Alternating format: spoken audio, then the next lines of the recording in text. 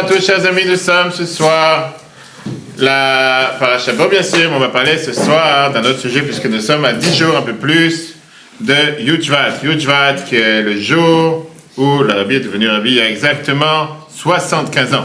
Jour majeur, l'histoire et la révolution planétaire du peuple juif.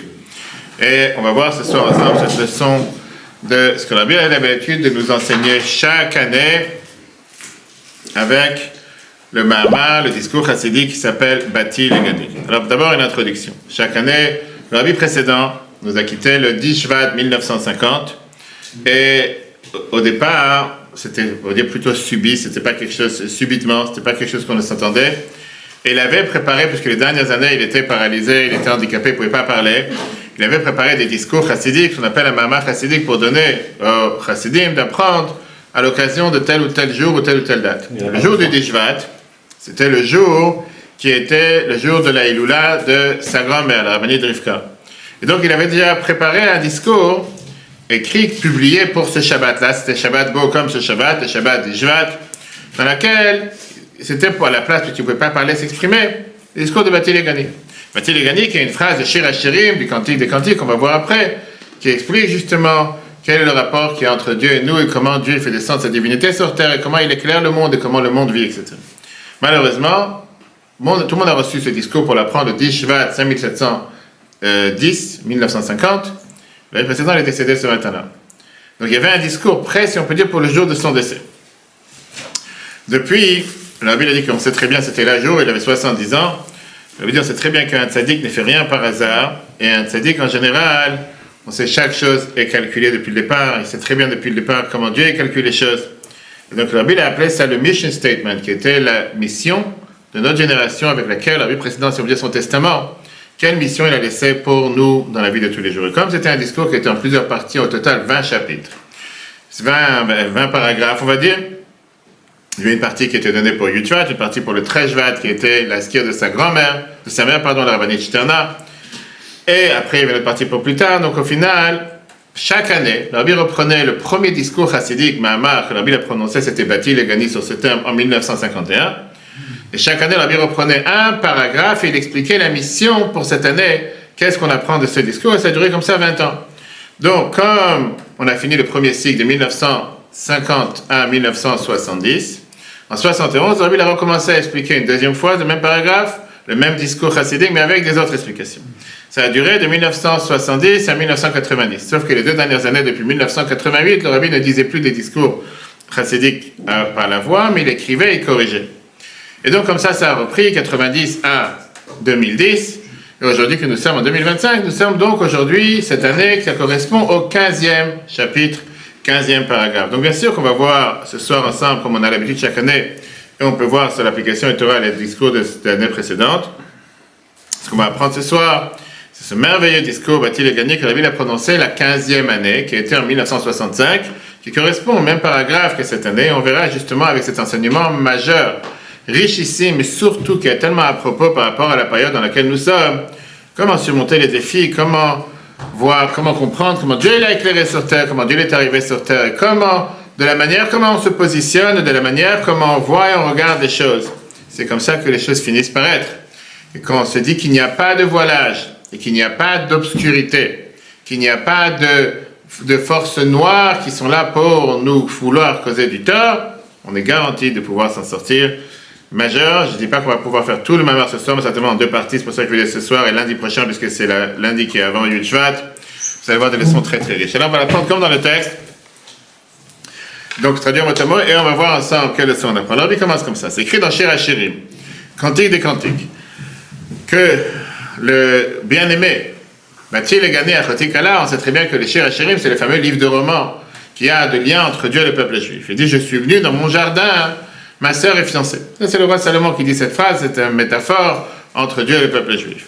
Amen, le rabbi précédent, qui est décédé, comme j'ai dit, qui nous a quittés en 1950, dans son fameux discours qu'il a dit pour ce jour-là, le Yud Shvat, le 10 Shvat, qui était le jour du décès de sa grand-mère, la rabbinite Rivka, la mère de son père, le rabbi Rachav, et c'était aussi le jour du décès de sa mère, le 13 Shvat, 3 jours plus tard, en 1942.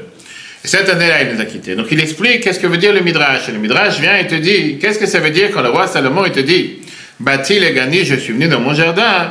Bati l'ignoni. Qu'est-ce que ça veut dire l'ignoni? C'est l'endroit dans lequel je me suis uni au départ. Qu'est-ce que ça veut dire? Je suis revenu à l'endroit où j'étais là depuis le départ. Ça, Dieu il parle. C'est très bien que le roi Salomon, dans ce livre, Cantique des Cantiques, était sa métaphore entre le lien qu'il y a entre Dieu et le peuple juif. Et qu'est-ce qu'il te dit? Ouais, c'est vrai que Dieu il dit, je reviens dans mon jardin, je reviens dans l'endroit où j'étais au départ. Et là, il explique comment Dieu agit sur terre. Comment Dieu fonctionne sur terre. Tu dis parce qu'on sait très bien qu'au départ, la Shrina, elle était Betartonim, la divinité, elle était dans le monde d'en bas. C'est-à-dire au départ, Dieu il a fait en sorte que la divinité, elle existait dans ce monde. Après, ça, à cause du Adam, qui était le premier homme, à cause de la faute de l'arbre de la connaissance, c'est là que Tashkina Minaharet, par ça qu'il a eu cette erreur, qu'il n'a pas fait la volonté de Dieu, la divinité a dû disparaître du monde en bas. Et elle est remontée de la terre jusqu'au premier ciel. Les générations d'après, il y a eu cette génération qui ont aussi transgressé la volonté de Dieu plusieurs fois, et qui a fait que la divinité qui était descendue sur cette terre est repassée du premier ciel au deuxième ciel, au troisième ciel, elle est repartie de niveau en niveau. Jusqu'à ce qu'elle est remontée au septième ciel. Après, ça sont arrivés des tzadikim, des pieux, et c'est les patriarches, et ils ont refait descendre la Shrina sur terre, jusqu'à ce qu'est arrivé Moshe. Moshe qui est considéré le septième depuis les patriarches, parce qu'il y a eu Abraham, Yitzhak, Yaakov, Lévi, Kehat, Amram et Moshe. On les a cités les dernières semaines dans la paracha. On sait très bien que Kol Hashvin Chavivin, que tous les septièmes sont considérés les meilleurs, comme le Midrash nous dit, que chaque chose qui est le chiffre 7 en général a quelque chose de particulier. Par exemple, on sait très bien que dans le ciel, le septième ciel est le meilleur. La terre, comme Dieu l'a expliqué, les générations, les patriarches, et dans les enfants, par le David qui était le septième enfant. Bref, la Gemara, elle vient te citer, dans le Midrash, elle cite de nombreuses choses que le chiffre 7 a une importance particulière. La septième année, la Shemitah, etc. Dans les mois, le septième mois, qui est le mois des fêtes, bref, pas mal de choses. Et au final, Moshe, qui était le septième, a refait descendre la Shrina sur terre. Que ça, c'était le but principal. Pourquoi Dieu il a créé ce monde? Pour que la divinité règne ici-bas. L'endroit où il était là au départ. Et ça, c'est ce qui est écrit dans les psaumes, le psaume 36. Tzadikim, yishkenu la'ad alea. Que le but des tzadikim, c'est de faire résider la Shrina sur terre. Que le but des tzadikim, et c'est qui les tzadikim? Les pieux, c'est chacun d'entre nous, chaque personne du peuple juif, de faire une résidence pour Dieu ici-bas. Donc quand on te demande quelle est ta mission sur terre, qu'est-ce que tu es venu faire sur cette planète? Faire en sorte que Dieu règne dans ce monde et pas dans les mondes d'or. On va tout de suite voir pourquoi, comment et comment on le fait surtout. Comment le peuple juif fait descendre la divinité sur terre? Après on verra pourquoi c'est important. On le fait par ça qu'on travaille avec deux grandes manières d'agir. En termes hébraïques, hitkafia et itapra. Hitkafia veut dire se forcer à plier le mal. Itapra veut dire transformer le mal. Ce sont deux mondes et deux manières d'agir. On va voir dans la vie de tous les jours, tu as toujours les gens qui vont agir en voulant casser ce qui pourrait parfois déranger. Et quelqu'un qui a la place de casser ce qui veut déranger, vont vouloir changer ce qui veut déranger, évoluer. On verra pourquoi c'est important, on verra le reste. Qui étaient les forces du mal. Et grâce à ça, qui veut dire, grâce à ça se dévoile la lumière de Dieu dans tous les mondes, comme le Zohar nous dit, qui veut dire qu'on fait éclairer cette lumière de Dieu partout. Puisqu'on sait très bien, comme on a vu dans le Tanya, on peut revoir dans le Torah.fr, qu'il y a deux manières comment Dieu éclaire sur terre. Il y a ce qu'on appelle la lumière qui vient derrière Sovev Kolalmin. Qu'est-ce que ça veut dire Sovev Kolalmin? Qui entoure les mondes.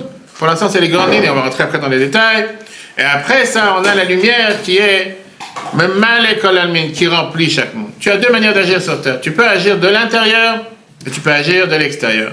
De l'extérieur, c'est majeur, c'est grand, sauf que c'est pas forcément approprié à la personne.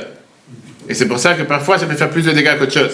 Quand tu as une lumière qui rentre de l'intérieur, on n'a pas parlé de la chaleur ou quoi que ce soit, tu peux être chauffé dans une chambre, tu rentres, il y a une cheminée qui éclaire, qui chauffe.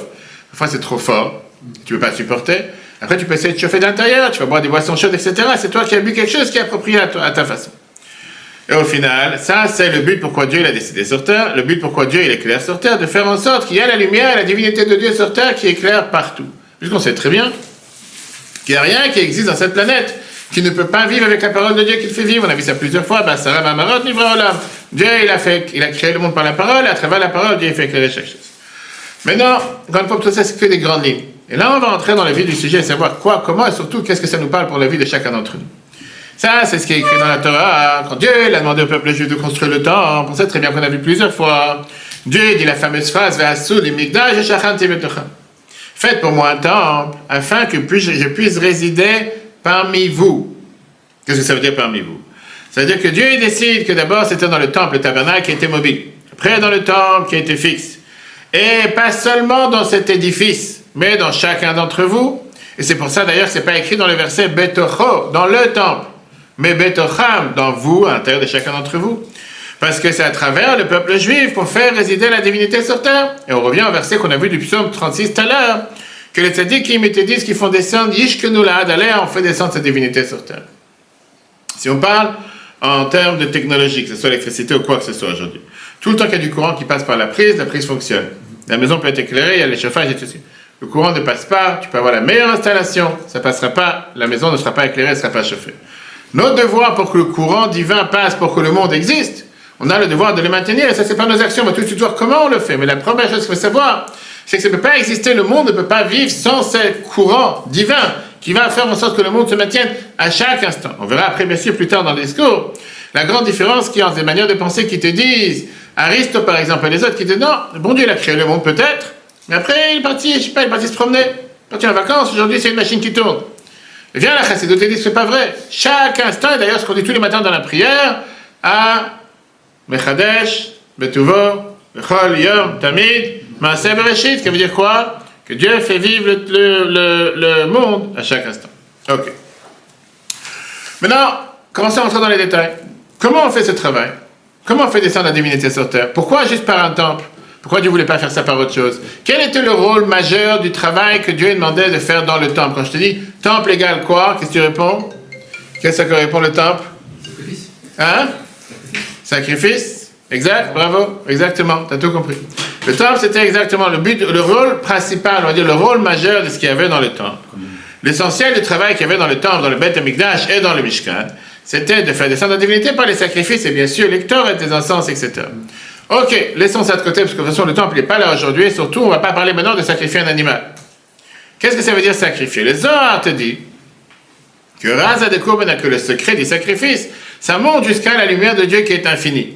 Ça veut dire après qu'on amenait un sacrifice, Dieu il disait, comme on voit dans la Torah, Nachad Ruach Lefanai, je suis tellement heureux, je suis tellement joyeux, chez Amar que j'ai parlé, que vous avez fait ma volonté. Qui veut dire, Dieu il est heureux, il est satisfait qu'on a fait descendre la divinité sur terre à travers le sacrifice.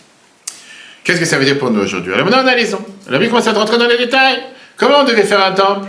On faisait un temple avec des Hatzei Shittim. Hatzei Shittim en hébreu c'était des bois d'acacia. Mettons ça de côté, parlons hébreu. C'est quoi Shittim?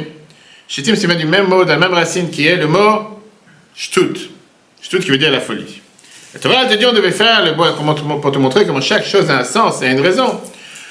Faire les poutres du Mishkan avec des Hatzei Shittim Amdim, des bois d'acacia qui étaient debout. On sait ce qui est écrit dans le Midrash Sifri de Balak, que Shittim milachon Shtut. Shittim veut dire, c'était un langage de folie. Qui veut dire, notre mission sur terre, c'est de transformer la folie de ce monde. Et on va voir qu'est-ce que ça veut dire la folie de ce monde. Et de transformer cette folie et de faire avec ça un temple. Parce que le temple était fait avec des bois de folie, des bois d'acacia, mais qui est la même racine que le mot folie. Transformer les folies qu'il y a sur terre et à faire ça, à faire un temple pour Dieu. Comment on le fait? Il fallait des poutres. Comment on appelle une poutre en hébreu? Keresh. La Torah te dit, si tu as krashim, tu feras avec des poutres. Keresh, c'est les mêmes lettres que sheker, le mensonge. Bien, la Torah te dit, Rabbi te dit, c'est écrit comme dans le discours que l'année précédente il mentionne, longuement. C'est pour t'expliquer que les transformer le mensonge et la folie qu'il y a dans ce monde et de faire avec ça des poutres pour le tabernacle, pour le temple, car à ce moment-là ils peuvent se tenir et quand les poutres se tiennent, on attache le haut et le bas, le monde en haut et le monde en bas et c'est ce qui fait que ça devient une union et qu'il n'y a pas de décalage entre les deux. Ça paraît simple, ça paraît facile, on va entrer dans les détails. Qu'est-ce que ça veut dire? Prendre les folies du monde, les changer en poutres pour le temple, pour faire descendre la divinité sur terre. Tout ça on le fait comment? Par ce qu'on appelle le Shtut d'Ikdusha. Shtut d'Ikdusha veut dire la folie qu'il y a dans la sainteté. C'est très bien que chaque chose que Dieu a créée sur terre, il n'y a pas une chose que Dieu a créée qui existe dans le mal, qui n'existe pas dans le bien, et vice-versa. Chaque chose qu'il y a dans le bien est dans le mal. Ça ne veut pas dire mal et femelle, mais ça aussi. Mal et femelle, c'est-à-dire qu'il n'y a pas une chose que Dieu a créée seulement en un composant. Il y a toujours l'un contre l'autre.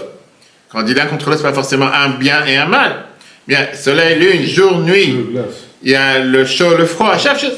Donc pareil, s'il y a quelque chose qui existe dans l'air du chat, dans le positif, ça existe aussi dans le négatif. Et après, c'est un combat, comme Tania t'explique. Un combat qu'on a tous les jours. Qui gagne le plus fort? Est-ce que c'est le positif qui gagne ou c'est le négatif qui gagne? Qui fait ce travail qu'on vient d'expliquer en bref, après on va rentrer dans les détails? Qui a le devoir de faire ce travail? On a dit bien sûr c'était le peuple juif et le tzadikim. Mais on dit que ça c'était fait par qui? Par le peuple juif qui était appelé dans la Torah cette semaine, la Parashat Bo, Tzivat Hashem. Qu'est-ce que ça veut dire Tzivat Hashem? L'armée de Dieu. Alors maintenant on va rentrer dans les détails. Pourquoi Dieu? Donc il faut garder le fil, parce que là on est en train de passer les 14 premiers chapitres en revue, après on va arriver au 15e de Satan. Pourquoi depuis le départ Dieu il voulait, donc si on récapitule ce qu'on vient de voir, Dieu il a décidé que la divinité devait régner sur cette planète, dans ce monde ici-bas, le monde le plus bas, le plus grossier, le plus terrestre, le plus matériel.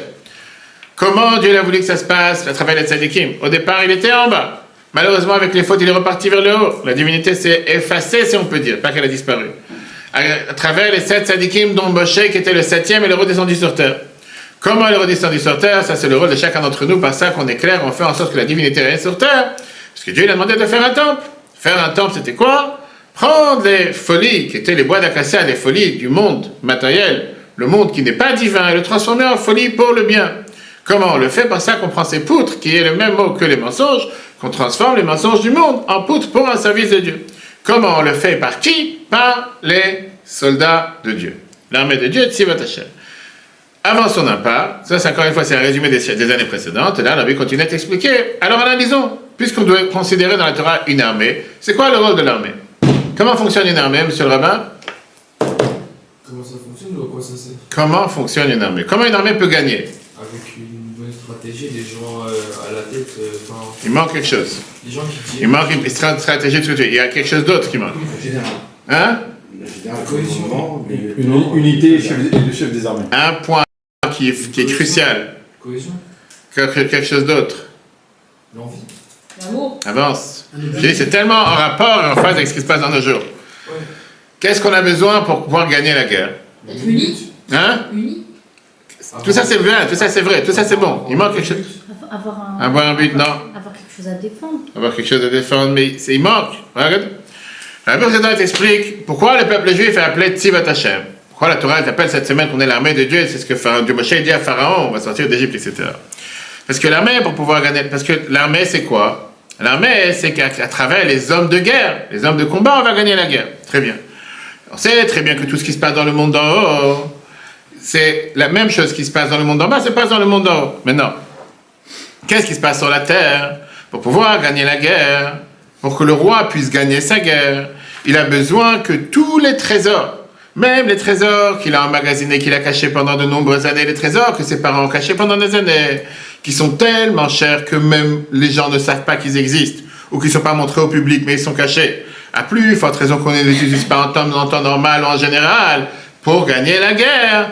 On est prêt à ouvrir tous les dépôts d'armes, ou tous les caches d'armes, ou tous ces trésors, qu'en général on ne les utilise pas. Et là, le roi, il est prêt à les dépenser, à tout mettre en œuvre, à tout donner comme arme, les bombes de 2000 kilos, de 1000 kilos, etc., pour faire en sorte que ceux qui gèrent l'armée sur le terrain, ils aient tout ce qu'il faut comme force pour pouvoir gagner le combat. Parce que tu peux avoir tout ce que vous avez dit, stratégie, etc., si tu n'as pas les armes, ça ne sert à rien. Tu es obligé d'avoir les meilleures armes. Donc ça, c'est ce qui se passe dans l'armée matérielle. La Bible dit c'est la même chose spirituellement parlant. Spirituellement parlant, pour pouvoir gagner cette guerre divine, cette guerre spirituelle, comment ça te dire que le Zohar te dit, que la vie précédente il a ramené, comme quoi c'est écrit dans le Zohar, que Or en Sof, cette lumière infinie de Dieu, on va rentrer dans les détails, qu'est-ce que c'est métaphore, avec ce trou noir, il existe et qui éclaire sur terre du niveau le plus élevé au niveau le plus bas. Qu'est-ce que ça veut dire du niveau le plus élevé au niveau le plus bas? C'est quoi le niveau le plus élevé? Ça, c'est le trésor qui dépend de Dieu, que Dieu il te donne les sources illimitées pour pouvoir gagner cette guerre. La guerre que Dieu il te met dans les mains, il te donne les ressources nécessaires sans limite. On va tout de suite voir quelle différence. Quand tu me dis sans limite d'en haut et sans limite vers le bas, c'est à peu près la même chose. Il n'y a pas de limite, il n'y a pas de limite. On va voir qu'est-ce que ça veut dire la différence entre les ressources qui sont en haut et les ressources qui sont en bas. Pour comprendre tout ça de manière large, qu'est-ce que ça veut dire les ressources qui sont illimitées dans le ciel? On l'a expliqué dans les chapitres précédents, qui est maintenant on atteint au chapitre 13, on s'avance dans la révision jusqu'au chapitre 14. Qu'est-ce que ça veut dire quand on te dit qu'il y a des lumières infinies de Dieu qui éclairent dans le monde d'en bas sans limite? Qu'est-ce que ça veut dire sans limite? Ça veut dire qu'il n'y a pas un endroit sur terre où la lumière divine ne peut pas pénétrer. Ça n'existe pas une force sur cette planète dans laquelle Dieu ne peut pas avoir un impact. Jusqu'au niveau le plus bas. Même dans les niveaux les plus bas, que tu peux t'imaginer, mais c'est pas être plus loin, La Torah te dit, même là-bas, cette lumière, elle existe. Pour ça, pourquoi? Tout simplement parce que si tu dis qu'il y a un endroit où Dieu ne peut pas pénétrer, il est limité. Et quand tu dis que Dieu il est infini et il n'est pas limité, automatiquement, il peut pénétrer n'importe quel endroit. Donc après, ça t'explique, il commence à t'expliquer, alors qu'est-ce que ça veut dire si tu dis qu'il peut aller jusqu'au niveau les plus bas? Qu'est-ce que ça veut dire en haut sans limite? Apparemment, ça pourrait être la même chose. Il t'explique que ça, c'est le sujet du trésor que Dieu te donne. Que même ces forces les plus élevées qu'ils ont peut-être jamais été dépensées, jamais été ouvertes, ils sont donnés aux hommes de guerre, pas juste donnés, mais comme on l'explique dans l'exemple, qu'ils ont été gaspillés. Juste prends ce qu'il peut prendre pour pouvoir gagner la guerre. C'est pas seulement qu'on est prêt à leur donner les forces, pas seulement qu'on leur donne les forces, on gaspille même toutes les forces, pas le gaspille qu'on jette. En abondance, parce que le plus important qui concerne le roi, c'est de gagner cette guerre. Et pour gagner la guerre, je ne peux pas avoir aucun obstacle. Jusqu'à là, c'était comme j'ai dit tout à l'heure, les 14 premiers chapitres, oui. Pour gagner une guerre, c'est-à-dire qu'on a un ennemi. Tout à fait. Qui est l'ennemi? Tu vois, maintenant on va rentrer dans le vif du sujet, l'ennemi en numéro 1 qu'on va voir, ce qu'on l'a dit tout à l'heure. Le fait que la divinité veut régner sur cette planète, et Dieu, pour pouvoir régner sur cette planète, il a dû se mettre en retrait, surtout, tu te vois pourquoi? Parce que s'il ne serait pas mis en retrait, c'est ce qu'on appelle le trou noir. Si Dieu ne serait pas mis en retrait, là, le monde n'aurait pas pu exister. Pourquoi? Parce qu'on dit Dieu il était partout. Puisque Dieu était partout, la lumière est trop puissante. Pour laisser place à un monde qui existe, et le monde en hébreu est appelé le langage Helem, qui veut dire parfois caché, voilé. Pour que ce monde puisse exister, il faut que Dieu, si on peut dire, se met en retrait. Pas qu'il s'est mis en retrait, mais qu'il va diluer la lumière. La lumière elle est trop puissante, tu ne peux pas la voir. Si je te mets une flash, là, qu'on est une lampe, pas une lampe de papa, une lampe avec les lampes LED aujourd'hui qui est claire dans les yeux. C'est tellement éblouissant, tu ne peux pas voir. Tu as besoin d'avoir un cache. Et là, on va voir justement la distinction de combien de caches tu dois avoir. Et combien la différence entre les mondes. Plus on descend jusqu'au monde qui est le monde lequel est si bas, dans lequel nous sommes, un monde qui est tellement matériel, grossier, terrestre, que Dieu a fait en sorte que dans le monde dans lequel on se trouve, tu peux même avoir des gens qui renient l'existence de Dieu. Pourquoi? Parce que la lumière, elle est tellement diluée, elle est tellement voilée que tu ne te rends même pas compte que la lumière existe. Et la preuve est, si tu peux avoir, comme on l'a vu dans la Torah avec Nimrod, comme la Torah nous dit qu'il était quelqu'un qui qui savait qu'il y a un Dieu, mais qui disait qu'il n'y a pas de Dieu. Donc on a vu ça à la paracha de cette semaine, on va rentrer dans les détails avec Pharaon, que quand Moshe est parti le voir, il a dit, Dieu il a demandé de laisser partir le peuple juif, qu'est-ce qu'il répond? Je ne sais pas de qui tu parles. Tu parles de Dieu, je ne sais pas, c'est moi Dieu. Il n'y a pas d'autre Dieu. Toi aussi tu dis Dieu, chacun dit. Il n'y a pas Dieu. Il a reçu quelques coups sur la tête, il a commencé à dire c'est le doigt de Dieu, la main de Dieu. À la fin il a dit j'ai fauté, c'est moi et mon père, c'est Dieu qui a raison, et moi j'ai tort. Et d'ailleurs on verra justement la semaine prochaine dans Béchalar qu'il était sauvé, qu'il n'est pas mort dans l'ouverture de la mer Rouge. Pourquoi? Pour voir justement qu'il y a un Dieu qui dirige cette planète. Mais rappelle-toi qu'il y a quelques semaines, tu disais qu'il n'y a pas de Dieu, tu sais pas de quoi tu parles. Donc ça c'est la raison justement pourquoi on est en train de faire la guerre. Pourquoi faire la guerre? Parce qu'on n'est pas au niveau des mondes les plus élevés, les mondes spirituels dans lesquels on voit Dieu à l'apparence. On ne voit pas Dieu à l'apparence, Dieu on ne le voit pas. Ce qu'on voit, c'est les forces matérielles. On voit les forces du mal. Mais c'est justement ce qu'on verra à la fin du cours, j'espère c'est Dieu la semaine prochaine, que parfois des gens ils tombent dans le désespoir, parce qu'en plein milieu du combat, ils se disent, mais je ne vois pas la lumière. Mais quand tu te rappelles que la mission est là, reste focalisé sur ta mission. Rappelle-toi pourquoi tu as telle mission. Et rappelle-toi que même si à un certain moment il y a du noir, pas parce qu'il y a du noir qu'il faut voir noir. Le noir en soi n'a pas d'existence, et qu'on a parlé plusieurs fois que le noir en soi, c'est juste un manque de lumière. Et c'est justement toute la différence entre une chambre éclairée et une chambre noire. Une chambre noire, il y a tout dans la chambre. Qu'est-ce qui manque? La lumière. La lumière n'a rien rajouté, la lumière l'a éclairée. Ça, c'est notre devoir d'éclairer. Le problème, il est que des fois, des gens ont l'habitude, ou l'erreur de donner trop d'importance au noir, de donner trop d'importance au négatif, de donner trop d'importance aux forces du mal, en considérant que les forces du mal eux-mêmes, eux, ils ont leur pouvoir. C'est faux. Et parfois, à cause de ça, ils rentrent dans le désespoir. Je ne vais jamais réussir. Viens, la Torah te dit justement, sois pas bête. Rappelle-toi quelle est ta mission. Rappelle-toi qu'est-ce que tu fais sur terre. Et ton devoir, c'est d'éclairer et pas de rester dans le noir. Après, tu as des gens qui ne sont pas intéressés à travailler non plus. Pourquoi? Parce qu'eux-mêmes, ils sont infectés. On va rentrer après dans les détails. Question? Est-ce que quand Macha... T'as peur du noir, hein? Non. Est-ce que quand Macha il arrivera, la lumière... 100%. Quand on va arriver, justement, on va voir quel est le travail qui va se passer, quand Macha va venir. Que là, la lumière, elle va tellement jaillir. Elle va jaillir d'une manière qu'on n'a même plus besoin de se battre avec le noir. Et c'est ce qu'on a dit tout à l'heure, la différence entre les deux différentes manières d'attaquer le noir.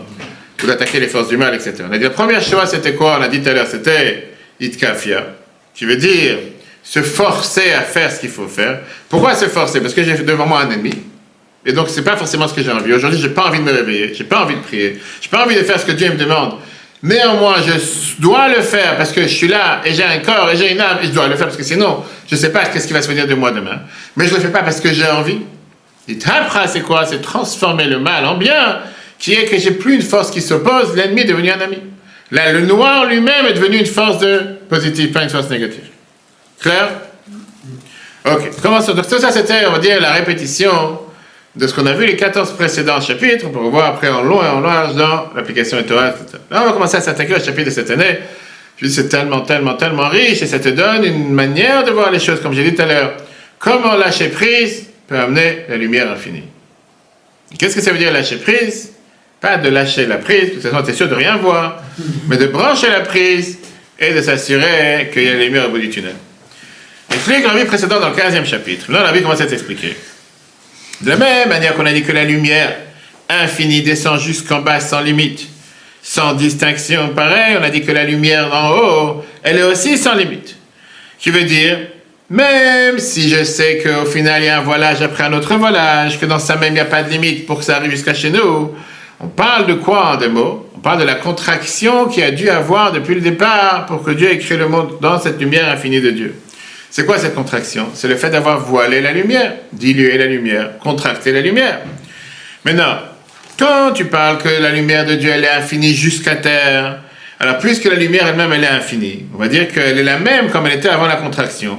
On peut comprendre aussi que quand tu fais descendre cette lumière dans un monde qui est le monde du chemin le plus bas sans limite, la lumière elle est exactement la même. Qui veut dire, c'est pas la lumière qui change. Aujourd'hui on a dans les LED, dans les ampoules, etc. Tu peux avoir, qu'on appelle ça, tu as le dosage.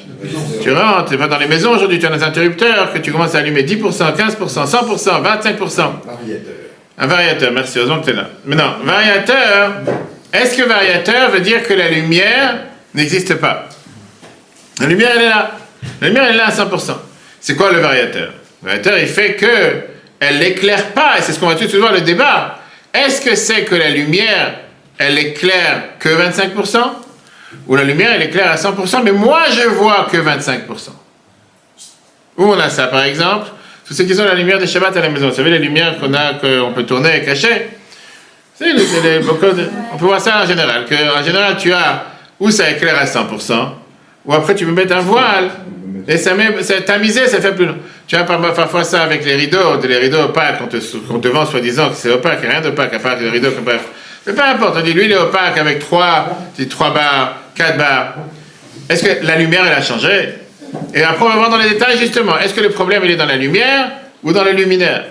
Est-ce que c'est la lumière qui a perdu de sa force? Ou c'est toi qui ne vois pas assez? Et après, on rentre dans les détails. Maintenant, comme on l'a dit tout à l'heure, si on te dit que la lumière infinie de Dieu elle est illimitée dans le monde en haut, alors automatiquement, cette lumière elle est la même comme elle était avant la contraction. Alors qu'est-ce que ça veut dire elle est limitée? Quand tu dis illimitée, essaie de m'expliquer. Limitée quoi? Jusqu'à où? Quelle est la limite? Pour ça, il t'explique dans le Mamar que quoi? Dans ce fameux discours. Quand on te dit que la lumière divine infinie de Dieu, elle était sans limite, on parle de la spécialité qu'il y a dans comment la lumière, elle est voilée. La lumière, elle est voilée, un voilage après un autre voilage. Et ça, on a dit tout à l'heure, c'est le sujet de cette contraction. Là, on va voir, en commençant par le Baal Shem Tov, parce qu'on va après voir tous les rabbins. Le Baal Shem Tov t'explique, quand on te dit Bereshit bara Elokim, Dieu, il a créé le monde, et Hashamayim, et et la terre. Vient le Targum Yonatan, qui est la traduction araméenne sur la Torah, et te dit que comment Dieu, il a créé le monde avec un Aleph, avec la Chochma, la sagesse. C'est très bien que le Aleph, c'est la première lettre avec laquelle, en général, reflète la sagesse. On sait que la différence, on l'explique dans le Tanya, c'est quoi la différence entre Chochma et Bina, la sagesse et l'intellect? La sagesse, c'est une idée. J'ai une idée, sauf que je n'ai pas développé cette idée. Bina, c'est quoi? C'est de prendre l'idée et la développer. C'est pour ça qu'on dit qu'en général, la différence entre un homme et une femme, l'homme représente la Chochma. Ça veut dire que les femmes sont bêtes. Bina, on dit que Dieu, il a donné Bina, Yetera, Nitna, Beisha, de donner beaucoup plus d'intellect dans les femmes qui te prennent cette idée et ça te l'extrapoler, te la mettre en tous ces détails. Comme avec la graine, la semence du mari et la femme qui la développe pendant 9 mois, comme avec la farine, qui avec ça fait une pâte, etc., etc. D'accord? Donc Dieu, il a créé cette lumière avec la lettre Aleph, première lettre avec laquelle il a créé le monde. C'est quoi cette lettre Aleph? Ça, c'est le Aleph qui représente le premier monde, qui est le monde de l'émanation, le monde de Hatzilut. Premier monde avec lequel il a créé, mais pour nous, ça ne veut rien dire, parce que c'est un monde spirituel. De ce monde, Dieu il est descendu avec la lettre bête. La lettre bête, c'est le deuxième monde qui est Bria, qui est le monde de la création. On dit ça tous les matins dans les premières brachot, Ata Barata, Ta Yetza, Ta Nafar Tabik, dans le Kain et Shama, etc.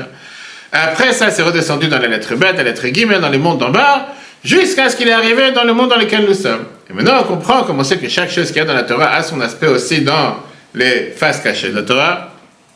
Bereshit bara Elokim, et Hashamayim. Dieu, il a créé le ciel. C'est quoi et? C'est la première lettre de l'alphabet et la dernière lettre de l'alphabet. Le Aleph et le Tav. Le Aleph et le Tav, c'est les 22 lettres de l'alphabet. C'est-à-dire que dans ces 22 lettres spirituelles, puisque Dieu il a créé le monde avec la parole, Dieu il a créé tout ce qui se passe dans cet univers avec ces 22 lettres. Après, les détails, on a vu ça dans le Tanya, comment et quoi. Que Dieu il s'est habillé dans ces 22 lettres. Il a créé la terre qui est toutes les choses matérielles. La terre, par ça qu'il a habillé, on va dire 400 habits. C'est quoi 400 habits? 400 voilages. Pourquoi 400? Parce que le Tav, c'est le compte numérique 400, qui vient montrer les choses les plus basses sur Terre. C'est-à-dire quand tu t'imagines, j'explique que tu as une lampe, et tu as 400 couvertures sur la lampe, tu peux comprendre que jusqu'à ce que tu reçoives quelque chose de lumière, c'est très dilué, etc. Et après, sans dire que Dieu s'est voilé dans tellement de voilages, et c'est pour ça que dans Bereshit, on te dit qu'il y a eu ce tohu bohu quand Dieu a créé le monde. Il y a eu l'obscurité sur la planète. La terre, elle était totalement obscure. Et tout ça, ça a été fait par quoi? Bereshit bara Elokim. C'est quoi Elokim? Qui est le nom de Dieu, qui est le compte numérique 86. Et 86, on sait que c'est le compte numérique Ateva, qui veut dire la nature. C'est quoi que la nature? Qui veut dire que Dieu, il a dû si on peut dire, se contracter pour faire en sorte que le monde puisse exister. Comment? Par ça qu'il y a eu cette contraction pour que la lumière ne soit pas aveuglante, éblouissante, que le monde ne peut plus exister. Mais au final, la lumière que le monde reçoit, elle est totalement diluée. Alors la question, elle est, est-ce que c'est un bien ou est-ce que c'est un mal? Est-ce que le fait de ne pas donner la lumière à 100% c'est un bien? Ou bien c'est un mal ou bien c'est un bien? La même question. Tu as un enfant, tu as un parent qui est très content d'avoir un enfant et qui veut rendre son enfant très joyeux, qui dit, puisque tu t'es bien comporté à l'école, je vais te donner aujourd'hui une tablette de chocolat. Demain, une autre tablette. Après-demain, une autre tablette. Pourquoi je vais donner un chaos? Une tablette. Il faut être joyeux, il faut être heureux dans la vie. Pourquoi je vais mettre une limite? Et la réponse, elle est que quelqu'un qui fait une chose pareille, il sait très bien qu'il est en train de tuer son enfant plus rapidement qu'autre chose. C'est pas les dents, les problèmes, etc. Pareil avec la pluie, la Torah te dit. Quand Dieu te dit Shem Eshumagan Haba Elokim, que Dieu, il est comme le soleil et sa protection, c'est comme le nom de Dieu et le nom Elokim, qui veut dire. Dieu, il cherche à envoyer une abondance sans limite. Mais est-ce que tu es capable de la recevoir? Est-ce que tu es capable de survivre? Est-ce que tu es capable de supporter cette lumière? On sait tout ce qui s'est passé dans 3 semaines. Parashat Yitro. Qu'est-ce qui s'est passé au Mont Sinaï? Il s'est dévoilé. Et qu'est-ce qui s'est passé? Il y en a qui sont morts. Toi aussi, tout le monde. Ne peut plus exister. Tu comprends? Les premières 2 phrases que Dieu a dit, le peuple juif dit on veut entendre de Dieu. Et tout le monde n'a pas Chanishmatam, ils n'ont pas pu subir. C'était trop fort comme puissance. Qu'est-ce qui s'est passé après? On a dit à Moshe, Daberata, Imanu Venishmer. On préfère que toi, tu parles avec nous, parce qu'on parle à chaque fois qu'on va sur le réel. On est obligé de passer par l'intermédiaire d'un tzaddik. On doit avoir cette protection, on doit avoir ce voilage. Alors la question, elle est, ce voilage, c'est du bien ou du mal? Est-ce que ce voilage, c'est quelque chose qui est positif ou négatif? Est-ce que ce voilage, est-ce que ce qui peut paraître à mes yeux négatif, c'est quelque chose de mal, ou en réalité c'est positif, et la seule manière de le recevoir, c'est en passant par ce qu'on appelle une contraction, voire une diminution. Certains vont te dire, Dieu il va envoyer la pluie, envoie des trompes d'eau, fait inonder partout, fait déborder tous les fleuves, ça c'est l'abondance, ça veut dire que Dieu... Qu'est-ce que tu fais en envoyant quelques gouttes? Pourquoi tu vas faire un goutte à goutte? Et la réponse elle est que si tu veux vraiment que les plantes poussent, si tu vas envoyer des trompes d'eau, tu vas envoyer des tempêtes, tu vas envoyer des orages, rien qui va pousser, tout va se noyer. Tu es obligé de contracter la force de la pluie. Tu es obligé de contracter cette force qui voudrait peut-être éclairer ou d'abreuver ou de donner à boire sans limite, mais à ce moment-là, il ne va rien rester. Et la Bible dit c'est exactement la même chose à chacun d'entre nous, et c'est la même chose avec chaque force de mal qu'on peut parfois rencontrer. Parfois, tu as tendance à penser c'est forcément du mal. C'est pas possible que c'est quelque chose de positif. Encore une fois, réfléchis un instant. Quel est le but? Quelle est la mission sur Terre? Tu veux que Dieu fasse que tu fasses plus? Non, il y a une mission, il y a un but. Sauf que ce qui peut paraître parfois quelque chose de négatif, qui peut paraître parfois comme quelque chose qui est une contraction, qui est un voilage, qui est se retirer, mais c'est bien le contraire. En réalité, c'est la seule manière de pouvoir s'exprimer. C'est la seule manière de pouvoir faire en sorte que grâce à ça, tu pourras encore plus avancer et tu pourras encore plus développer tes propres forces que sans ce défi que tu avais remonté, tu n'aurais pas pu le faire. Et donc, c'est la raison pour laquelle Dieu descend comme ça, il descend sur cette planète. Et donc, si on résume, on a la lumière de Dieu qui est infinie avant la contraction, avant que Dieu s'est contracté, qui est sans limite. Comme on voit tout à l'heure, que ça c'était une lumière pure qui existait avant même la création du monde. Mais après ça, Dieu s'est dit que Dieu il voulait qu'il y ait un monde qui existe, qu'on soit partenaire dans la création. Ce n'est pas juste un monde qui existe et qu'on ne soit pas là. Comme on dit tous dans les Kiddush vendredi soir, Asher bara Elokim la'asot. Voilà comment tu dors quand tu fais Kiddush. Asher bara Elokim la'asot, c'est-à-dire que Dieu il a dit j'ai créé pour faire, viens Rashi, il te demande pour faire quoi? Dieu il a fini la création des 6 jours. Rashi te dit la'asot et taken pour réparer. J'ai dit moi je te donne le monde, mais mets ta main à la pâte, fais quelque chose. Je ne suis pas là pour te donner tout gratuit sans rien faire. Fais aussi ton effort. Pourquoi? Parce que Dieu il a voulu qu'on soit partenaire, que tu sens que tu es partenaire dans ce que tu fais. Être partenaire, mais encore une fois, tout dépend si c'est deux forces une force qui est illimitée et nous qui sommes totalement limités. Ça ne marche pas ensemble, on n'a rien qui nous connecte.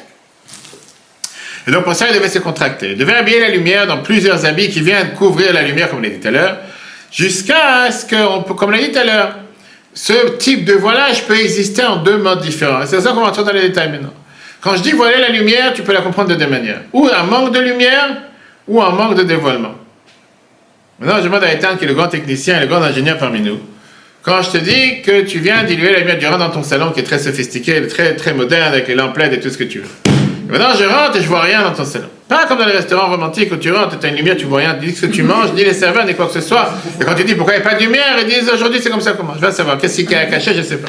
Je ne veux pas que tu vois ce qu'il y a dans l'assiette. Mais en tout cas, les gens normaux, quand je dis la lumière elle est diluée, c'est quoi, qu'est-ce qui s'est passé? Est-ce que c'est il n'y a pas de lumière ou c'est qu'il n'y a pas de dévoilement de la lumière? Ou peut-être on peut être en train de dire la même chose. Ça peut être soit l'un, soit l'autre, mais je dirais que c'est la personne, elle ne perçoit pas la lumière. Enfin... Quand je dis t'as dilué, il me répond à la question, tourne pas autour du pot. Quand tu as dilué la lumière, ça veut dire que la lumière n'éclaire pas, ou ça veut dire que la lumière elle est en manque? Hein, compris?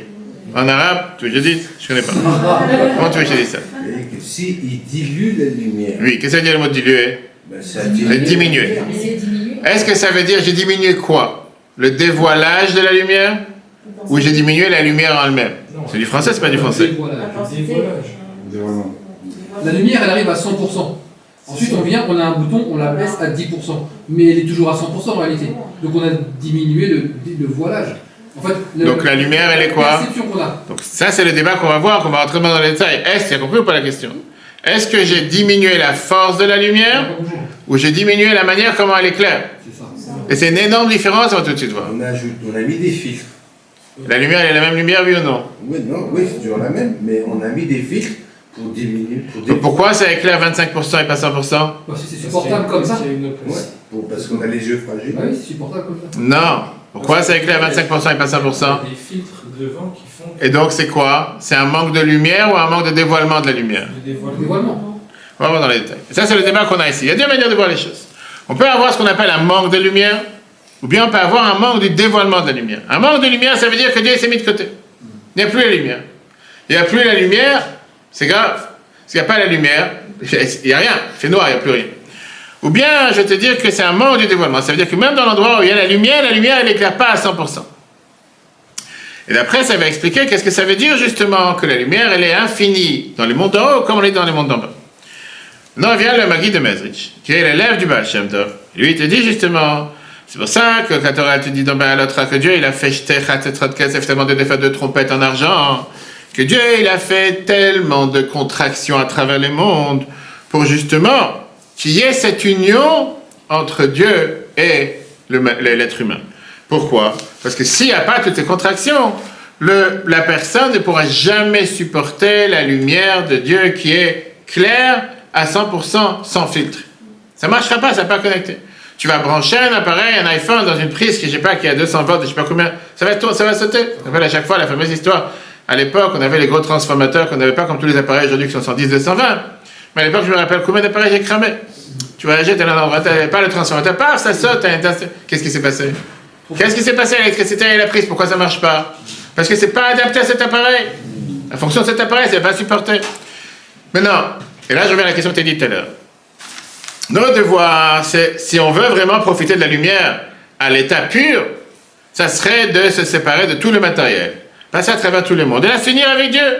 Et là on pourra s'unir avec Dieu parce qu'on sait très bien que c'est la raison pourquoi Dieu il a appelé l'homme Adam. Parce que Adam c'est quoi?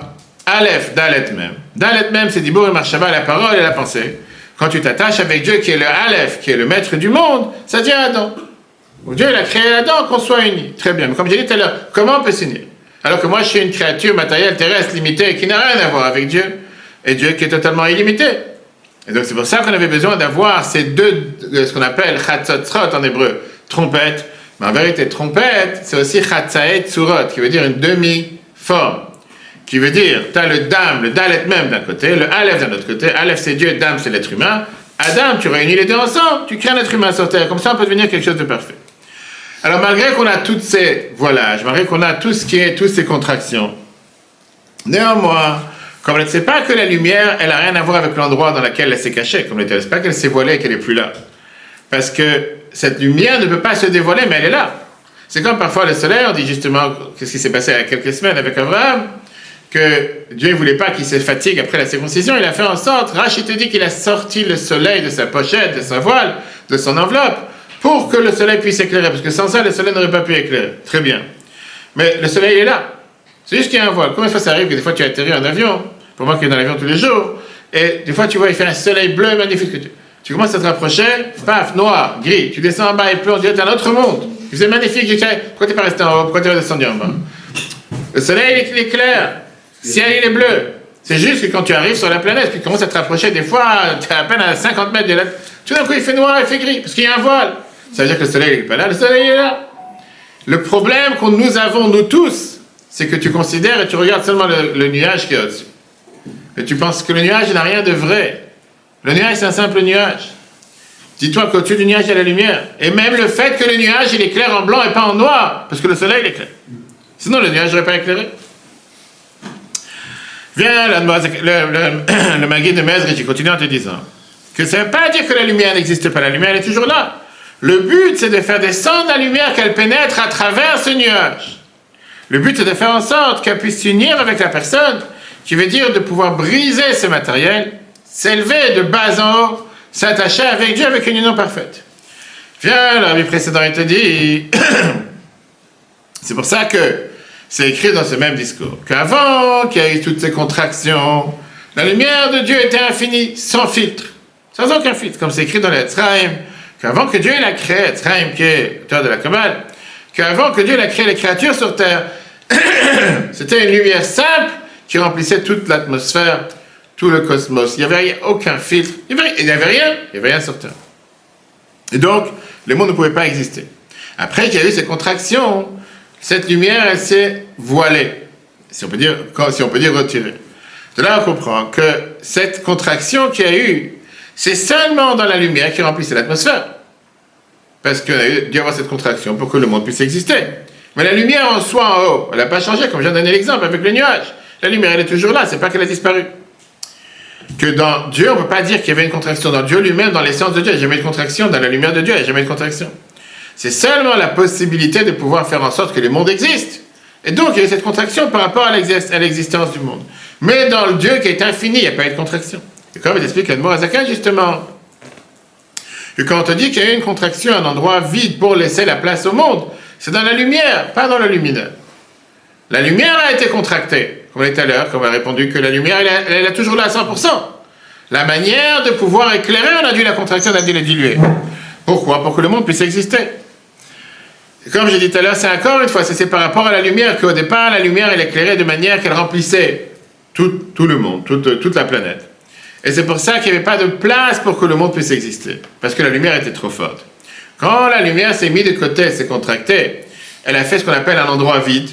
Dans cet endroit vide, il y a eu cet endroit où il n'y a pas de lumière apparemment, mais là, il y a eu ce qu'on appelle avec cette seringue ou avec ce filtre, ce goutte à goutte qui a fait en sorte que la lumière puisse exister et qui a fait en sorte que petit à petit, adapté aux besoins de ceux qui peuvent recevoir la lumière, puissent recevoir et puissent faire en sorte que le monde puisse se maintenir, parce que la lumière, elle a été diluée, adaptée à ces personnages. C'est pour ça que l'Admor Azaken te dit que même les enfants ils sachent qu'il y a un Dieu sur terre. Même les enfants ils sont au courant qu'il y a un Dieu. Même les enfants ils savent, sauf qu'ils n'ont pas la manière comment l'exprimer. Avec le temps, ils commencent à développer et à comprendre. Alors, puisqu'on a dit jusqu'à présent que cette lumière, c'était une lumière infinie qui existait, sans filtre, sans quoi que ce soit, a priori, tu ne peux pas donner à ça un nom, parce que tu dis que c'est infini. Et tu es bien obligé de dire que de la même manière qu'elle a une lumière finie, elle a aussi une lumière infinie. Si tu dis infinie, ça veut dire qu'elle n'est pas limitée.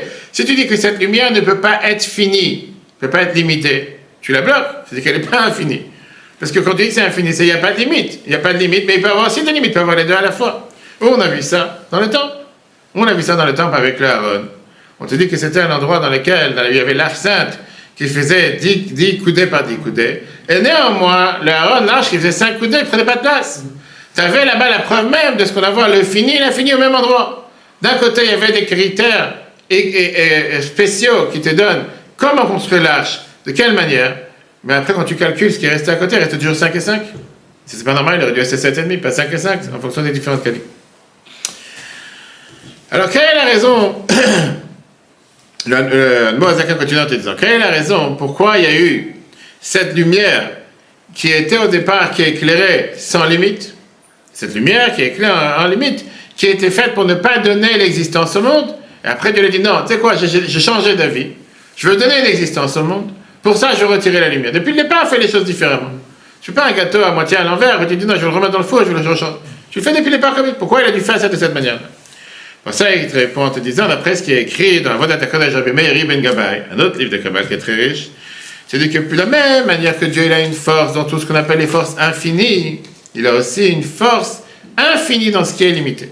Parce que si tu dis qu'il a une force dans seulement les choses qui sont infinies, illimitées, mais pas dans les choses qui sont limitées, tu enlèves encore une fois sa perfection. On est bien obligé de dire qu'il a une force dans les deux sans distinction. Et là, on va voir qu'est-ce que ça me parle dans la vie de tous les jours. Et la réponse, comme j'ai dit tout à l'heure, c'est que si tu penses un instant qu'il y a quelque chose qui peut paraître opaque, noir, voilé, tous les mots que tu vas utiliser, que là-bas Dieu ne peut pas arriver, ça veut dire que le même Dieu que tu dis qu'il est infini, il n'est jamais infini. Parce qu'il y a quelque chose qu'il n'est pas capable de faire. Alors que si tu comprends que même dans l'endroit le plus sombre, le plus noir, le plus mauvais qui peut paraître mauvais, il y a aussi la lumière de Dieu. Après, c'est à moi de travailler peut-être beaucoup plus dur pour la dévoiler. À ce moment-là, cette opacité n'a aucune force, n'a aucun but en soi et ne sert absolument à rien. Et on te tutoie comment le considérer, comment le faire. Continue justement dans le Mama en te disant, et ça c'est la raison pourquoi le Tzimtzum, qu'on appelle cette contraction, c'est une contraction qui était seulement par rapport à nous. C'est pas une contraction par rapport à Dieu. Dieu ne s'est pas contracté. Et pour Dieu, elle est claire après comme avant. On dit ça tous les matins dans la Tfila. Ata ou Kodem Shenivra Olam, Vata Olacha Shenivra Olam. Tu es là avant que le monde il a été créé, et tu es le même après que le monde il a été créé. Alors que quelqu'un de normal, quand il a construit une armoire, il est fatigué. Quand quelqu'un il a fait quelque chose 1 heure par jour pour les Français aujourd'hui qui ont 15 ans, ils sont fatigués comme si on travaillait 24 heures. Pour Dieu, il a créé le monde, il n'est pas changé, que ce soit avant la création du monde et après la création du monde. Pourquoi? Parce que ce voilage n'a pas d'impact à Dieu. Comme j'ai dit tout à l'heure, quand tu parles en termes d'électricité, la puissance qui existe sur la centrale qu'il y a dans la ville, c'est la même puissance qui arrive à la maison. Sauf qu'il y a des filtres au milieu. Et pourquoi il y a des filtres? Pour pas que la maison explose. Mais c'est pas que la puissance ne peut pas arriver, la puissance peut très bien arriver. Si tu enlèves les filtres, la puissance elle arrive. Tu es obligé d'avoir tout ce qu'on appelle tous ces disjoncteurs, tout ce qui font que la puissance est adaptée. Tu as un disjoncteur par rangée, tu as qu'on appelle ça, tu as les diviseurs de résistance, peu importe, tu as différents qui vont faire en sorte qu'en fonction de la puissance que tu as besoin par rapport à telle prise et tel appareil, tu auras. Mais la puissance en soi, si tu enlèves le tableau, la puissance elle est à 1000%. Il n'y a pas de différence. C'est le tableau qui fait que. Alors c'est pas que la puissance en soi n'est pas là, la puissance elle est là. A priori, ce qui me dérange de comprendre, c'est quoi? C'est qu'au final, si je ne ressens pas cette puissance, et dans ma tête, en tant que quelqu'un de matériel, je vois que la puissance n'est pas là, ça veut dire que la puissance, il n'y a pas la puissance. C'est-à-dire que si je vois qu'il y a eu une telle contraction, il y a eu un tel changement, ça veut dire que Dieu n'est pas présent. Si je peux vivre dans un monde où tu as des gens qui renient l'existence de Dieu, si je peux vivre dans un monde où tu as comme des gens comme des pharaons, ou comme des gens de nos jours, qui vont te dire que Dieu n'a jamais existé, comment est-ce possible qu'ils vivent à chaque instant par la parole de Dieu et que de l'autre côté, Dieu n'a pas existé? Il y a quelque chose qui est en décalage, quelque chose qui ne va pas, il y a bien un changement, il y a quelque chose qui se passe qui n'est pas correct. Et la réponse vient là-dedans, ça il te dit que justement cette phrase, c'est une phrase qu'on dit tous les jours dans la prière qui a l'air d'être une contradiction. Comme je dis qu'on réfléchit à ce qu'on prie. D'un côté, on dit Ani Hashem la Shaniti. Moi, je suis Dieu, je n'ai pas changé. On parle de la divinité de Dieu sur terre, qui est que Dieu est le même avant la création de sans différence. Qu'est-ce qu'on dit dans le Teilim 145, qu'on dit tous les jours dans Ashrei? Malchutra, Malchut Kol Olamim. La royauté de Dieu, c'est une royauté qui est dans tous les mondes, qui veut dire adaptée au mode de chaque monde, jusqu'au monde le plus bas. Et donc, ce niveau de monde, de divinité, de lumière divine qui existe dans le monde le plus bas, qui est le monde de l'action dans lequel nous sommes, a forcément fait une différence dans la lumière de Dieu. Tu ne veux pas dire que je n'ai pas changé, mais j'ai créé un monde qui est grossier, matériel, comme lequel nous sommes. C'est impossible. C'est où je suis le même. Si je suis le même, la lumière est la même jusqu'à dans ce monde, à ce moment-là, ce monde il explose. Ou bien ce monde est créé, si ce monde est créé, donc Dieu n'est pas le même. Il est totalement différent. Et la réponse qui était dit, c'est ce qu'on a dit tout à l'heure. Que vous avez dû avoir ce qu'on appelle cette contraction, qui est que si l'abondance divine, comment Dieu voulait depuis le départ créer ce monde aurait existé sans filtre, on a dit qu'est-ce que ça veut dire sans filtre? Ça veut dire qu'il n'y aurait pas eu ces causes et conséquences, que plus que je crée le monde pour ça, le monde il existe, etc. Alors j'aurais pu dire que oui, puisque le monde a existé, je suis obligé de dire qu'il y a eu un retrait, qu'il y a eu un décalage, c'est mis de côté, etc. Mais puisqu'on a dit tout à l'heure que dans le luminaire en soi, il n'y a jamais eu de filtre, le filtre il est quoi dans la lumière? Le soleil en soi, il est toujours de la même puissance. H24, 7 jours sur 7. C'est juste qu'en fonction des voilages qu'il y a sur ce soleil qui fait que nous on puisse le supporter. Pour ça, il est voilé, mais le soleil en soi, il n'a aucun voile. À ce moment-là, le soleil qui a cette même puissance, il est capable d'agir dans les niveaux les plus bas comme dans les niveaux les plus hauts. La différence, elle est par rapport à comment nous on la conçoit, pas par rapport au soleil. Et ça aussi, comme on l'a dit tout à l'heure, par rapport à cette contraction. Et c'est pour ça qu'on est obligé d'arriver à la conclusion que dans Dieu lui-même, il n'y a aucun changement, il n'y a aucune distinction, que dans la lumière en soi, là, il rajoute encore un point, que c'est pas seulement que dans le luminaire, il n'y a pas de différence, même dans la lumière, il n'y a pas de différence. Comme j'ai dit tout à l'heure, la lumière en soi, elle éclaire à 100%. Le voilage, il est fait pour s'adapter à nous, que nous, on a dilué la lumière. Mais la lumière, elle est là à 100%. C'est le voilage qui est mis pour qu'on puisse recevoir de la lumière 25%. Donc c'est encore plus fort de ce qu'on a dit. Pas seulement que le luminaire n'a pas de voile, la lumière en soi non plus n'est pas voilée. C'est que même ces lumières et ces rayons de soleil que Dieu nous envoie pour pouvoir agir sur Terre, eux aussi sont tout puissants. Après, le problème, il est quel rapport nous avons avec ces lumières? Cette lumière qui existe après la contraction, etc., elle est exactement de la même manière, puisqu'on a dit tout à l'heure que Dieu, il a dit, j'ai pas changé. Si j'ai pas changé, il n'y a pas de distinction. Même comment Dieu, il est clair. Même quand Dieu, il est clair sur Terre. Alors, on reprend ce qu'on a dit au départ, avec ça, on va s'arrêter aujourd'hui. On va comprendre qu'on a dit pourquoi on te dit que la Neshama de Moshe, c'était une Neshama particulière qui venait du monde de l'émanation, qui est éclairée dans ce monde d'en bas de la même manière qu'elle est éclairée dans le monde d'en haut. Et puisque par rapport au monde de la lumière de l'émanation, ce monde le plus important, il n'y a aucun blocage, si Moshe il aurait existé, il serait là dans notre génération aujourd'hui, il aurait été du premier niveau, du niveau avec la lumière la plus forte. Et c'est pour ça que face à lui, il n'y avait aucun obstacle. Il a pu sortir les peuples d'Égypte, etc.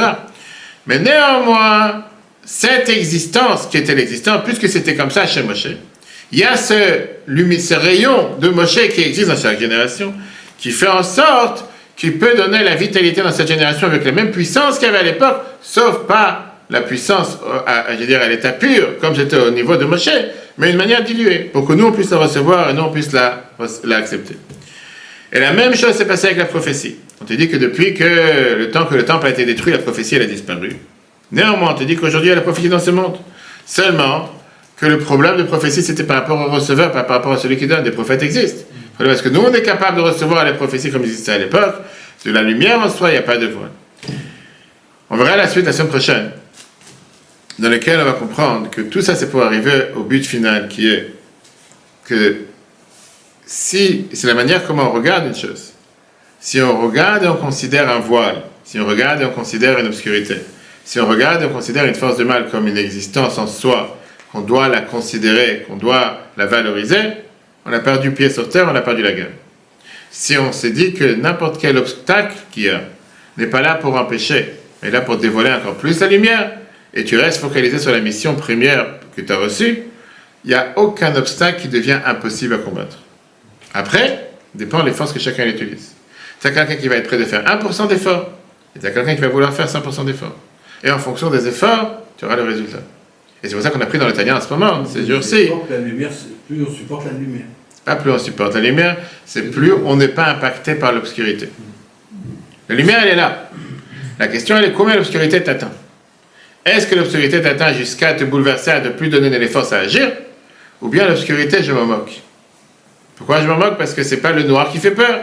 Le noir, c'est Dieu qui l'a créé, comme il a créé le jour. Et le même noir que Dieu l'a créé peut faire partir. Ma question, elle est, est-ce que le noir va faire en sorte que je dis, puisqu'il fait noir, je ne peux plus rien faire?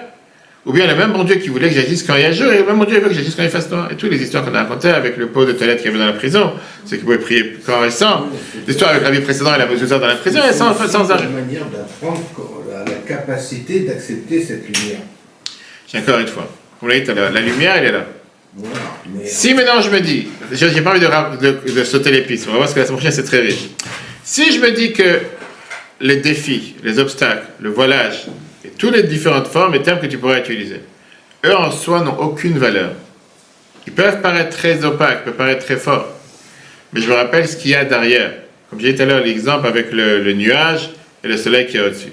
Le nuage il est noir, il fait gris, il fait noir, je vois rien, il pleut. Prends un avion, monte au-dessus. C'est magnifique. Comment est-ce possible qu'un tel décalage? C'est pas possible que proche. Pourquoi? Parce que plus tu descends vers ce monde matériel terrestre, en monde spirituel, c'est la même chose. Le voilage, il existe. Et le voilage, il est énorme.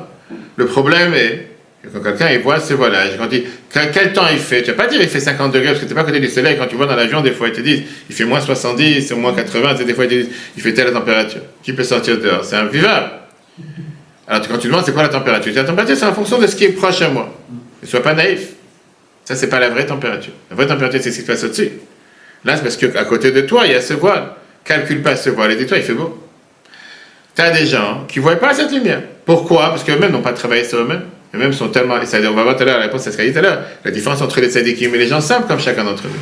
Un tzadik qui voit les choses à l'état pur, il ne voit pas qu'il y a un voile. Il ne sent pas qu'il y a un problème. Il voit que ce qui est le positif et c'est ce qui est les forces positives pour pouvoir faire agir. Quelqu'un, malheureusement, qui est grossier, matériel, terrestre, qui ne travaille pas sur sa personne, il voit que des choses noires, jusqu'à ce qu'il peut s'appeler Pharaon et dire, je ne sais pas de qui tu parles, c'est qui Dieu? Il n'y a pas Dieu, alors qu'il oublie à chaque instant que le fait même qu'il est en train de dire ces mots, c'est parce que Dieu le laisse vivre pour dire ces mots. Mais la lumière, c'est Dieu alors, on dit ça. C'est l'émanation de Dieu, on a dit la divinité de Dieu qui éclaire ce monde, avec la parole de Dieu qui l'a pu éclairer, quand Dieu l'a dit hier que le monde éclaire. Mais quelqu'un qui a la capacité de voir 25% de lumière, le but Oui. c'est de voir 26, après 27, 100%. 28. 100%. Voilà, Mais encore une fois, comme j'ai dit, qu'est-ce que ça veut dire de voir plus? La lumière, elle est là à 100%. C'est à toi combien tu es impacté par le noir. Oui, Est-ce que tu considères que le noir t'impacte à 50%, à 100% au moins? Si on était en relation avec Hachem tout de suite, là, on serait mort. C'est pas si. On est en... Encore une fois. C'est pas si. On est en relation. Moi, Comme je dis, on est en relation, que tu veuilles ou pas, tu es en relation. Connecté. La question, comme j'ai dit tout à l'heure, j'ai dit dans cet exemple, j'ai donné ce cours cette semaine à quelqu'un, je disais, tu vas à l'hôpital, tu vois des gens qui ont des, comment on appelle ça, non, pas des lunettes, ils ont des lunettes d'oxygène. Il y a des lunettes qu'ils mettent sur les oreilles, ils ont pas un masque, c'est des lunettes, c'est deux trucs qui rentrent dans le nez, des lunettes d'oxygène. Comme pas un masque, des lunettes, c'est deux petits tuyaux. Et t'as le dosage, t'as la grosse bouteille. Tu as des gens qui marchent avec des bonbonnes d'oxygène. T'as des gens qui marchent avec des machines, etc. Pourquoi tu dois mettre le tuyau d'oxygène dans le nez?